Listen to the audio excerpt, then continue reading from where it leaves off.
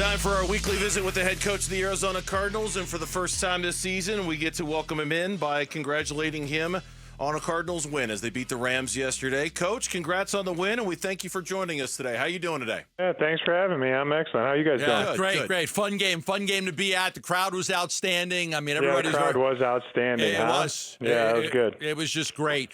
You know, a lot of people are very encouraged right now. I'm hearing that word, I'm so encouraged about the Cardinals in the season. Let me ask you, what about yesterday's game encouraged you the most?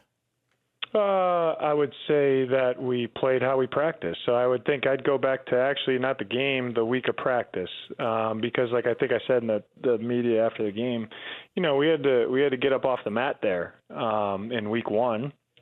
And our response, I thought, was the correct response, being positive, very detail-oriented. The energy was there. The focus was there all week of practice.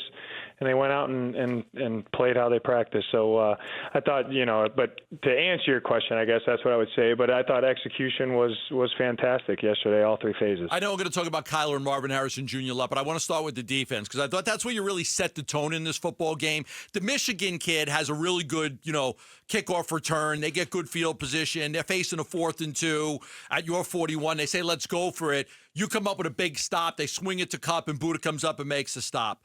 They get the ball back after you guys scored. They've got a 3rd and 5. Garnett comes up with a big sack. I think you guys set the tone defensively in those first two series. Yeah, I thought the defense came out hot, you know, and those are huge, you know, because I know that doesn't go as a takeaway, but that 4th down stop right around midfield, that's huge, you know, gave our offense field position. They didn't get any points on the first series, and then the next series we get off the field pretty quick. Offense scores again, and you find yourself up in the game early. So I thought, like I said, both offense and defense and special teams made some really good plays too, but we started off fast and then sustained it through the entire game. Does a performance like that from your defense always start with stopping the run the way you guys did against Kyren Williams in their run game? Yeah, I thought they did a really good job in the run game. I thought our knockback, we knocked back the line of scrimmage. I thought we tackled extremely well. And then a lot of guys won a lot of one-on-ones, which that's what it takes to play good run defense, and it takes all 11, but I thought everyone played well. But, yeah, I think when you can knock them behind the sticks and shut down the run game and force it into known pass, the advantage should go to the defense. I know, you know, from the year and a half that we've gotten to know you doing this show, I know you love talking about the team and the 11 and the unit and all of that stuff. No, and I do, and I'm prefacing this question, and I'm not going where you think I'm going with this. I think I know where you're going with it. I think I do. No, I want to ask you about Buddha because I thought that was one of Buddha's finest games that and he gives us a lot of good games. I thought that was one of his most active, one of his best games we've seen in a while out of him. What did the tape show you on Buddha yesterday? Yeah, he was fantastic. He really was. I mean, he had 2 3rd down stops, a 4th down stop, 8 tackles, 2 TFLs. Like he was lights out, and you know, and it takes all 11. So I know where you're going with it, but there's no doubt about it. He impacted the game in a positive way for us, and made a bunch of plays, man. And I've heard you say this time and time again, the ball goes where it's supposed to go. There's multiple options on every down. There's multiple options for your quarterback. So when you say that, what do you mean by that? Because we talked about Marvin Harrison Jr., the great first quarter he had, and you kept saying the ball went where it's supposed to go. Yeah. What I mean by that is, you know, when you call a play, you have the intent of the play, right?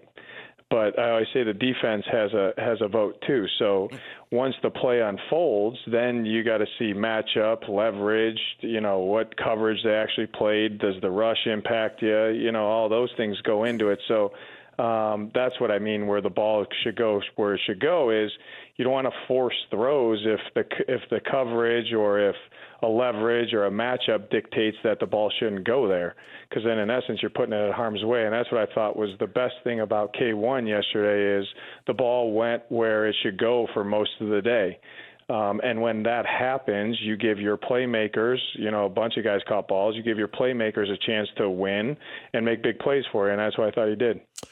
Last year on our show with you, you said that there's no doubt, I love this guy, man, there's no doubt.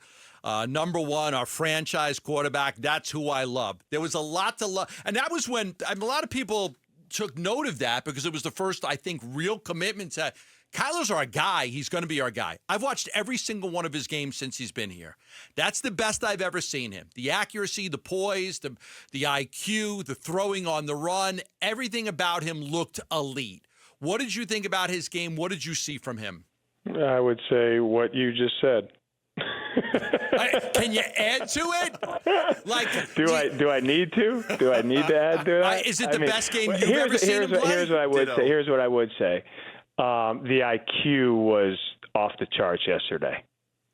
So, like, and I just told the media that, and I'm not going to get into certain plays and things like that because I don't do that. But like when Drew calls a play, and he says, "Here's where the ball should go." As soon as he sees the defense aligned, and then post-snap, he says, "Yep, that's where the ball should go," and the ball goes there on time, that's IQ, right? When Drew calls a play and says, "I think they're going to be in this," and he's not saying this to Kyler, but the ball should go here, but here's the progression, and I see him within 1 second look at 3 different people and the ball find the open guy because he's going through his progression so fast. That's what I get. Okay, give me one example of that yesterday. Give me one example. Let's see here. So he went from bubble to over route to check down in less than a second for an 8-yard gain because that's where the ball should go. That's pretty special. Is that a pass to McBride? That was to Trey Benson. To Trey Benson. That was Trey Benson. So just go look at that play and look where his eyes start. I'm going to go look at that play. What the defense did, then where his eyes go after that, what the defense did, and then where he delivers the ball to Trey on a check down. Like, that's accelerated vision. That's high IQ. That's never being sped up. That's playing extremely fast with 100% command. Could he Those are the plays that I think are sweet. Could he have done that last year at this time? Yeah, I do think that. I do think he is getting to things a little bit quicker just because of reps in the scheme. I think this is just me as a defensive guy talking. I feel like people don't understand the intricacies of playing quarterback in a new system because it's different. And I think that the amount that he can process and the amount that he's learned and he's grown from just getting reps, I think that's been extremely awesome to see. And that's why, I keep saying, his best ball is ahead of him. I mean, well, this guy's a premier player in the NFL. What do you mean, Jonathan? Well, I think that the more he plays in this system, the better and better you're going to see him play. And I've stood by that since we've gotten here.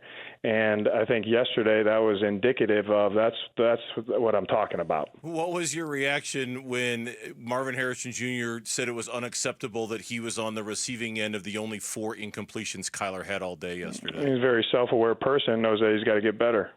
That was basically there's better for him to get than yesterday. What would you like to see? Absolutely. Tell me what you'd like to see Marvin Harrison Jr. do better. You could talk to him. He'll tell you. We saw it on the tape today. All kinds of things. He's going to continue to get better the more he plays and the more that he gets snaps with Kyler in this offense and the details of playing his position. I mean, you haven't seen his best ball yet either. You had an offensive lineman go down. Beachum got the chance to work all week and get ready. Your offensive line did a great job. Run protection, pass protection, only 1 sack allowed. What do you like about the O-line yesterday? Yeah, I really like to shout out to Beach. You guys, I don't know if you know this, that was his 150th start in the NFL. I'm going to text him right now. That's fantastic. How about that? Yeah, awesome. But, yeah, I think it starts with the O-line. The way we're able to run it and throw it, obviously that starts with the run game, guys getting movement in the run game, and then in pass pro, doing a really good job of keeping them clean. And the times that a couple of things we got to get cleaned up in pass pro, but they keep playing, they play with high effort, and Kyler can extend plays, so they understand that playing with Kyler. I thought they did a really good job of that. Coach, as always, we appreciate the great conversation. Stuff. We enjoy you coming on. That was great stuff. We'll talk to you next All Monday right, after you guys the Lions have a good game. week. Thanks, we'll talk Coach. to you soon. You Bye. got it. Jonathan Gannon, our guest here on the Burns Gambo Show, coming off yesterday's win against the Arizona. Fun. That's fun. Yeah, it's like that's fun what conversation. I'm not going to get into it. I don't want. Hey, just give me one example. he breaks it down. Funny. I love that. I love that. I actually rewatched the condensed game this morning. Yeah. I can picture the play that he's talking about. Because it was one of the few things Trey Benson did yesterday that gained positive yardage. Thanks for watching Burns and Gambo. Click to see more from the guys and hit the button in the middle to subscribe so you never miss a video from Arizona sports.